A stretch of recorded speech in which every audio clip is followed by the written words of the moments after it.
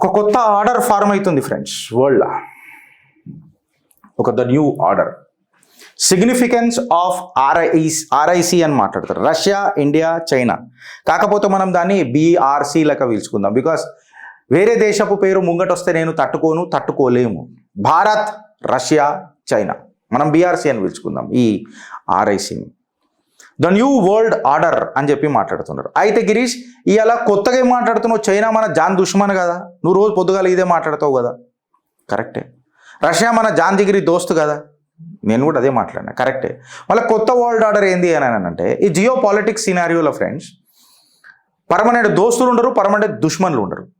కాకపోతే అని ఒక క్వశ్చన్ మార్క్ ఉంటుంది, అప్రహెన్షన్స్ ఉంటాయి, నిర్బంధాలు ఉంటాయి, బంధుత్వాలు ఉంటాయి, అనుభూతులు అసలే. బికాస్ మనకు జరిగిన అనుభూతులు అసలుంటాయి, బంధాలు పెంచుకునే తత్వాలు ఉంటాయి. అయితే ఈ కొత్త వరల్డ్ ఆర్డర్ ఇప్పుడు అవసరమా అని అంటే డిఫెన్స్ అనలిస్టులు or to that matter geo politic అనలిస్టులు, మంచి రాజకీయ శాస్త్రవేత్తలు ఏమని మాట్లాడుతున్నారంటే ఈ కొత్త ఆర్డర్ ప్రపంచానికి చాలా మంచిది అని చెప్పి చెప్తున్నారు. ఏది? Bharat, Russia, China. ఇది అమెరికన్ డామినెన్స్ని ఖతం చేస్తుంది. ఇన్ఫ్యాక్ట్ థ్యాంక్స్ టు ట్రంప్ అని చెప్పి రాజకీయ విశ్లేషకారులు మాట్లాడుతున్నారు. ఈ ట్రంప్ చేసిన అడ్డగోలు చాతల వల్ల మేబీ వరల్డ్ ఆర్డర్ ఇంకా ఫామ్ కాలే. మేబీ అంటే జరగవచ్చు, జరగకపోవచ్చు, జాగ్రత్తగినండి. భారత్, రష్యా, చైనా ఈ చేతులు కలిపితే ఈ వెస్టర్న్ డామినెన్స్ ఏదైతే ఉందో అది సంకనాకిపోతుంది కదా అని చెప్పి ఒక కొత్త వరల్డ్ ఆర్డర్ క్రియేట్ అవుతుంది కదా అని చెప్పి ప్రపంచ దేశాలు కూడా ఆర్ టు దట్ మ్యాటర్ చిన్న చితక దేశాలు ఏవైతే అమెరికన్ డామినెన్స్ వల్ల చచ్చిపోయినాయి చూడు, వాళ్ళందరూ ఈ వరల్డ్ కొత్త న్యూ ఆర్డర్ వైపు చూస్తున్నాయంట. లేటెస్ట్గా మనం ఒకటి చూసినాం, మాస్కోకి మన ఇబ్రాహీం తరోరే పోయిండు. ఓ సూపర్, నిజంగా 36 ఇయర్స్ పిల్లగాడు, 36 ఇయర్స్ పిల్లగాడు ఆయన దేశాన్ని ఉద్దేశించి మాట్లాడుకుంటా, ఆఫ్రికా కాంటినెంట్ గురించి మాట్లాడుకుంటా, గులాంలమై బతుకుదామా లేకపోతే మనని వాడుకున్న వాళ్ళ గులాబ్ జాములు బద్దలు కొడదామా అని చెప్పి మాట్లాడుతున్నాడు చూడు ఇబ్రాహీం తరోరే. ఆయన మీద కూడా ఒక ఖచ్చితంగా మనం మాట్లాడదాం కూడా. సో ఈ వరల్డ్ ఆర్డర్ ఎటువైపు చూస్తున్నది అని అంటే వెస్టర్న్ అలీస్ వైపు చూస్తలేదు, వెస్టర్న్ కంట్రీస్ వైపు చూస్తలేదు. చిల్లర నా కొడుకులు ఈ వెస్టర్న్ కంట్రీస్ అంతా అంటే ఇగో ఈ అమెరికన్ అలీస్ ఎక్సెట్రా. అయితే ఈ వరల్డ్ ఆర్డర్ని నమ్మొచ్చా అని చెప్పి మాట్లాడితే, ఈ కొత్త న్యూ ఆర్డర్ ఏంది గిరీష్ అని చెప్పి మాట్లాడితే 3 countries Bharat, Russia and China. ఇలా మన భూభాగమే తీసుకొని చూస్తే భారత్, రష్యా అండ్ చైనాది 3 మిలియన్ స్క్వేర్ కిలోమీటర్స్ల భూభాగం. ఇక న్యాచురల్ రిసోర్సెస్ గురించి ఎంత తక్కువ మాట్లాడుకుంటే అంత బెటర్, ఎందుకంటే అన్ని ఉన్నాయి న్యాచురల్ రిసోర్సెస్. పాపులేషన్ వచ్చేస్తే 2.5 billion population, almost 2/5 of the world's population ఈ 3 కంట్రీలలో ఉన్నది. జీడిపి ఇక నేను సపరేట్గా చెప్పనక్కర్లేదు, $1 ట్రిలియన్ ఎకానమీ జీడిపి కూడా, contributing to the 18% of the totals GDP of the world.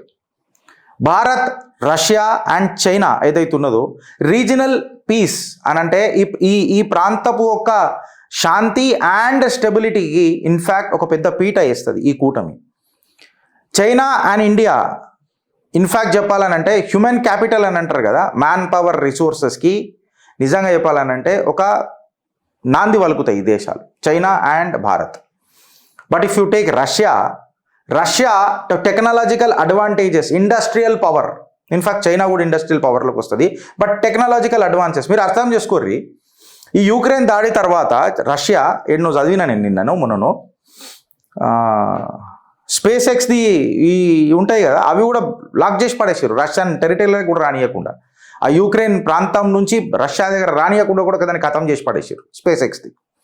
అంటే అలా టెక్నాలజీ చూడు. And there are many hidden missiles and etcetera Russia దగ్గర ఉన్నాయి, ఇప్పుడు బయటికి తీస్తారు వచ్చారు నాకు తెలిసి. సో అలా టెక్నాలజికల్ అడ్వాన్స్మెంట్ మనం చూసినాం, whether it may be Sukhoi 30 MKR to that matter, Sukhoi 57 or to that matter BrahMos ఇప్పటిదాకా తయారు చేసినవి చూసినాం, TU-95 బాంబర్స్ చూసినాం వాళ్ళకి, etcetera. Russia has always played a dominant role in the defence, వాళ్ళ సబ్మెరీన్స్, వాళ్ళ క్యారియర్స్, ఎయిర్ క్రాఫ్ట్ క్యారియర్స్ ఇవన్నీ. Bharat, Russia, China ఒక కొత్త geopolitical pattern, economic cooperation create చేస్తుంది ప్రపంచ స్థాయిలో, ఎస్పెషలీ ఏషియా పెసిఫిక్ సెక్యూరిటీ ఆర్కిటెక్చర్లా అని చెప్పి రక్షక నిపుణులు మాట్లాడతారు, దీని మీద డిఫెన్స్ ఎక్స్పర్ట్స్ మాట్లాడతారు. భారత్, రష్యా, చైనా ఏవైతే ట్రైలేటరల్ టైస్లా కొంచెము దృష్టి సాధిస్తే, అంటే ఆల్రెడీ దృష్టి పెట్టిండ్రు వీళ్ళు, బ్రిక్సే తీసుకోండి, ఎస్సీఓ తీసుకోండి, ఇలా అన్నిట్లలో ఆల్రెడీ వీళ్ళు వాళ్ళ ఆట పెట్టుకునే ఉన్నారు. అయితే పాజిటివ్ మాట్లాడిన గిరీష్ మళ్ళీ ఏమైనా అప్రహెన్షన్స్ ఉన్నాయా అని చెప్పి మాట్లాడితే కీడేంచి మేలేంచాలా. బికాస్ మన చుట్టుపక్కల ఉన్న వాళ్ళందరూ మనం దోసుకోదొబ్బనికనే ఉన్నారు. ఇటు పాకిస్తాన్, బంగ్లాదేశ్, అటు మీద ఉన్న చైనా కూడా. బికాస్ ఇప్పటిదాకా జరిగిన ఎక్స్పీరియన్సెస్ మనకేం పెద్దగా గట్టిగా లేవు. Now coming to the point whether ఈ కూటమి మనం ట్రైలాటరల్ టైస్ అనేది అయితే అంటున్నామో భారత్, రష్యా, చైనా ఎడదాకా ఉంటుంది అని అంటే భారత్ ఖచ్చితంగా చైనాని నమ్మొద్దు కూడా. మళ్ళీ మధ్యవర్తిత్వం ఎవరు చేయాలనంటే రష్యా చేస్తుంది. రష్యా ఏడుదాకా చేస్తుంది అని చెప్పి మనం మాట్లాడితే ఇవాళ రష్యన్ డిఫెన్స్ ఎక్విప్మెంట్లలో ఫర్ ఎగ్జాంపుల్ మీరు సుకోయి 57 తీసుకున్నా, సుకోయి 57 ఏదైతే అడ్వాన్స్ ఫైటర్ జెట్ ఏదైతే ఉందో అమెరికా F-35 ఇస్తానని అంటుంది, మనం సుకోయి 57కి పోదామని అనుకుంటున్నాము. ఈ సుకోయి 57లో కూడా కొన్ని చైనీస్ పార్ట్స్ ఉన్నాయి. వాడు రేపు రష్యాని ముంగడ పెట్టి మనతో మతలబ్గా గెలకడు అనే దానికి రష్యా పెద్దరికం వహిస్తుందా, మాట ఇస్తుందా అని అంటే జియో పొలిటిక్స్లో మాట ఇవ్వచ్చు, మాట తప్పవచ్చు. ఇప్పుడు పాకిస్తాన్తో మనము స్ట్రైక్ చేసినాం కాబట్టి ఫైన్, రష్యా కూడా పల్లెత్తు మాట మాట్లాడలేదు. ఇన్ఫ్యాక్ట్ ఏ దేశాలు కూడా పల్లెత్తు మాట మాట్లాడాయి. ఎందుకంటే ఇప్పుడు యుక్రెయిన్ మీద రష్యా భీకరమైన దాడి చేస్తున్నప్పుడు కూడా మనము న్యూట్రల్ ఉండడానికనే ప్రయత్నం చేసినాం. ఆ న్యూట్రల్ అనేది సమర్థించుడు మన అనేది అన్నమాట. ఇవాళ రేపు నోరిసి చెప్పాల్సిన అవసరం లేదు, నేను న్యూట్రల్ ఉంటున్నా రాబాయ్ అని అంటే ఇండైరెక్ట్గా నేను యాక్సెప్ట్ చేస్తున్నాను, నువ్వు రష్యా యుక్రెయిన్ మీద చేసింది కరెక్టేనా. ఇప్పుడు ఇజ్రాయెల్ ఉన్నది, గాజా మీద అటాక్ చేసింది, అప్పుడు కూడా మనది ఏంది స్పందన అని అంటే మనం న్యూట్రల్ ఉన్నాము, ఎప్పుడు వార్ అయితే సొల్యూషన్ కాదు అని చెప్పి మనం ఫిలాసఫీ మాట్లాడతాం. ఆ ఫిలాసఫీ మాట్లాడినప్పుడు it is an indirect indication saying that as వాళ్ళ ఇంటిగ్రిటీ, వాళ్ళ సోవరెనిటీ దగ్గర ప్రాబ్లం వచ్చినప్పుడు బద్దలు వలగొట్టాల్సిందే. సో రష్యా కూడా ఇలా న్యూట్రల్ ఉన్నది ఇండియా పాకిస్తాన్ మీద, అంటే భారత్ని సమర్థిస్తున్నట్టే. ఇన్ఫ్యాక్ట్ పాకిస్తాన్తో మీద పెద్దగా పంచాయతీ అయితే ఈ యూక్రెయిన్కి పాకిస్తాన్ భూభాగం నుంచే యూక్రెయిన్కి ఆర్మ్స్ సప్లై అయినాయి యూరోపియన్ యూనియన్ నుంచి. సో ఆబ్వియస్గా రష్యాకి తెలుసు. అండ్ మోర్ ఓవర్ మన ఒకటి ఎక్స్పోజ్ చేసింది, ఈరోజే ఒక న్యూస్ వచ్చింది అనుకుంటా, ఒక ISI ఏజెంట్ని మాస్కోలా దొరికిపించిందో లేకపోతే ఏదో టిప్పని ఇచ్చిందో చేసింది. సో వీళ్ళిద్దరు చాలా క్లోజ్గానే పనిచేస్తారు. బట్ ఎప్పుడైతే యుద్ధం చైనాతోనైంది అనుకుందాం, భారత్ యుద్ధం చైనాతోనైనా అనుకుందాం, రష్యా ఈ స్టాండ్ తీసుకోగలుగుతుందా అని అన్నది ఒక పెద్ద క్వశ్చన్. ఇవాళ మన డిఫెన్స్ ఎక్స్పర్ట్స్ ఏమని మాట్లాడుతున్నారంటే అది F-35 ఉండని, సుకోయి 57 ఉండని, అమెరికా మీద డిపెండ్ అవ్వడు, or to that matter Russia మీద డిపెండ్ అవ్వడు చాలా ప్రాబ్లం. ఎందుకంటే ఈ స్టెల్త్ ఫైటర్ల ఏదైతే సమూహం ఉన్నదో చైనా దగ్గర, వాళ్ళు చాలా అడ్వాన్స్కి వెళ్ళిపోయినారు. ఇంకా మీరు ఇప్పుడు కొట్టుకసేస్తున్నారు. సో ఇంకా వీళ్ళ టెక్నాలజీ మీద డిపెండ్ అవ్వడు అని అనేది చాలా భారత్కి చాలా డేంజరస్ పొజిషను. మనం అప్రమత్తం ఉండాలా, చాలా నిఘా పక్కా చేసుకోవాలి మనము అని చెప్తున్నారు. అందుకే మన అడ్వాన్స్ AMCA అని అంటాం కదా మనం, compact air crafts, mid level ఏదో అంటారు కదా AMCA, దాని ఫుల్ ఫామ్ నేను మర్చిపోయినా. AMCA ఎయిర్ క్రాఫ్ట్స్ ఏవైతే ఉంటాయో ఇవి మనం ఇండిజినియస్గా డెవలప్ చేసుకోవాలి, భారతీయ సొంతంగా తయారు చేసుకోవాలి. ఇలా బ్రహ్మోస్ ప్రపంచ దేశాలు పరేషాన్ అయిపోయినాయి. మన తేజస్ ఒక కొత్త మార్క్ క్రియేట్ చేస్తుంది, దానికి మార్కెట్ కూడా మంచిగా దొరికింది ప్రపంచ దేశాలలో. మన ప్రచండ్ హెలికాప్టర్ ఇండక్ట్ అవుతుంది ఇండియన్ ఆర్మీలో, మేబీ నాకు తెలిసి 2026లో HAL కంప్లీట్గా ఫుల్ ఫ్లెడ్జ్ ప్రొడక్షన్లో పోతున్నది. And moreover Sukhoi M30I MKI purely ఇండిజినియస్గా మన భారత్ కోసం తయారు చేసింది. సుకోయి M30 అని ఉంటుంది, బట్ దాని I అని వచ్చింది చూడు లాస్ట్కి, అది ఎస్పెషలీ ఇండియా కోసం తయారు చేసింది, మన భారత్లోనే తయారైంది as a matter of policy of Atmanirbhar Bharat. So ఈ రకంగా కటింగ్ ఎడ్జ్ టెక్నాలజీ ఏదైతే ఉంటుందో కంప్లీట్గా మన భారత్లో పెట్టుకుంటేనే ఇది సాల్వ్ అవుతుంది. And more over suppose Russia మధ్యవర్తిత్వం చేసినా, ఈ కొత్త వరల్డ్ ఆర్డర్కి భారత్ ముంగటికి పోయినా, భారత్ దగ్గర ఉన్న ఫస్ట్ షరతులు చైనాతో ఏముండాలా అని చెప్పి మాట్లాడితే నాకు తెలిసి జియో పాలిటిక్స్ రాజకీయాలు మాట్లాడేటోడికి ప్రతి ఒక్కటికి తెలుస్తాయి ఇవి. ఫస్ట్ ఆఫ్ ఆల్ నువ్వు బార్డర్లలో పంచాయతీ చేయవద్దు. బార్డర్లలో పంచాయతీ అట్లనే ఉంటుంది, మనం బిజినెస్లు చేసుకుందాం, మనం మంచిగా ఉందాం, మనం బరం అని అంటే నడవదు. అది కాంగ్రెస్ పార్టీ ఉంటే నడుస్తుందేమో కానీ, MOUలు రాసుకుంటారేమో కానీ, భారత్ సర్కార్లా భారతీయులు ప్రధానమంత్రి అయినప్పుడు మాత్రం ఇట్లా ఉండదు అని అనేది ఒక మెసేజ్ క్లియర్ కట్గా చైనాకు పోవాలి. సెకండ్, ఎప్పుడైతే బిజినెస్ చైనాతో అని అంటామో వాడు వాన్ మెటీరియల్ మొత్తం మన దగ్గర డంప్ చేయడానికి ప్రయత్నం చేస్తాడు తప్ప మన దగ్గర ఉన్న మెటీరియల్ కొంటాడా అంటే వాడు కొనడు, వాడు ఖచ్చితంగా కొనడు. సో ఈ మోనోపోలీని ఖచ్చితంగా మనం ఖతం చేయాలి. మూడోది ఏందనంటే ఇవాళ ఆల్మోస్ట్ 70% టు దట్ మ్యాటర్ 65% ఏవైతే missiles are to that matter Pakistan ఏదైతే పెత్తనం మీద డొంక మీద ఎగురు డింకానక నాటకాలు ఆడుతుంది కదా, అవన్నీ మేడ్ ఇన్ చైనా పార్ట్లే. సో పాకిస్తాన్కి ఈ లాజిస్టిక్ సపోర్ట్ చైనా ఖచ్చితంగా ఆపేయాలి, ఇంక్లూడింగ్ బంగ్లాదేశ్. బార్డర్స్ని రెస్పెక్ట్ చేసుడు మొదలెట్టాలి. Excuse me Narayana. బార్డర్స్ని రెస్పెక్ట్ చేసుడు మొదలెట్టాల చైనా. ఈ మాట ఎందుకు మాట్లాడాల్సి వస్తుంది అని అంటే, ఇగో ఈ పీకుడు మొగోడు ఈ ట్రంప్ డైరెక్ట్గా మనోడికి ఫోన్ చేసిండు, జీకి ఫోన్ చేసి, ఇగో మనం బరం ఇవన్నీ ఇట్లా కాదు, నువ్వు ఫస్ట్ ఏవైతే ఆ మ్యాగ్నెట్లు ఉన్నాయి చూడ, అవి నా దగ్గర పంపించలేకపోతే నాకు చాలా ప్రాబ్లం అవుతుంది ఆ ఎందుకంటే డిఫెన్స్లలో స్పేస్ జెట్లలో అవే ఉంటాయి పెట్టడానికి, ఆటోమొబైల్ ఇండస్ట్రీ ఈవీ కార్లలో ఇవన్నిట్లలో ఉంటాయి. నువ్వు ఇమీడియట్గా చేయాలనంటే ఒకటే ఫోన్ కాల్.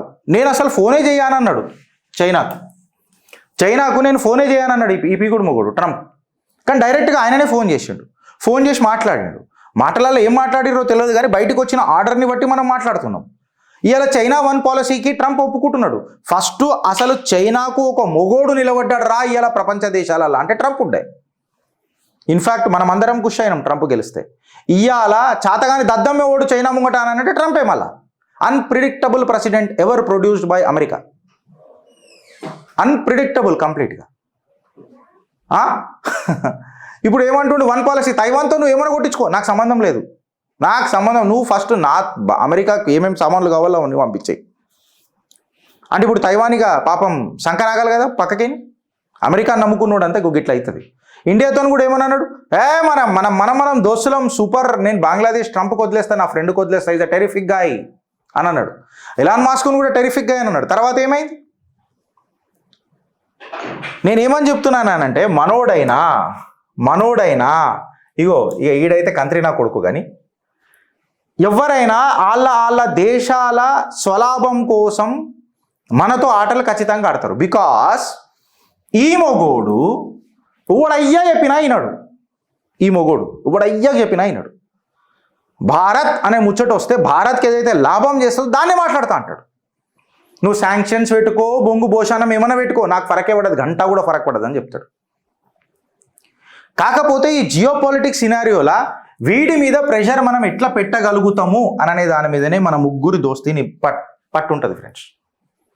అబ్సల్యూట్గా వీడి మీద ప్రెషర్ పెట్టాలి చైనా. వీడిని నమ్మేటట్టు కూడా ఉండదు. ఎందుకంటే చైనా భారత్ చీన్ బాయ్ అని అంటేనే వీడు వచ్చి మన బద్దలు వలగొట్టడానికి ప్రయత్నం చేసిండు. అది వేరే విషయం, గులాబ్ పువ్వు పెట్టుకున్నాడు ఉండే. ఇవాళ అలా గూస్మాండం బద్దలు చేసే మూతవరి బ్యాచ్ ఉన్నది ఇవాళ భారతదేశంలో, అది వేరే విషయం. బట్ రాజకీయాలలో ప్రభుత్వాలు మారుతాయి.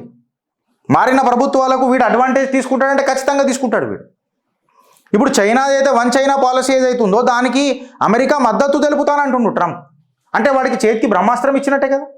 ఈ భస్మాసుర అస్త్రం మన మీద కూడా ఇస్తాడు కదా.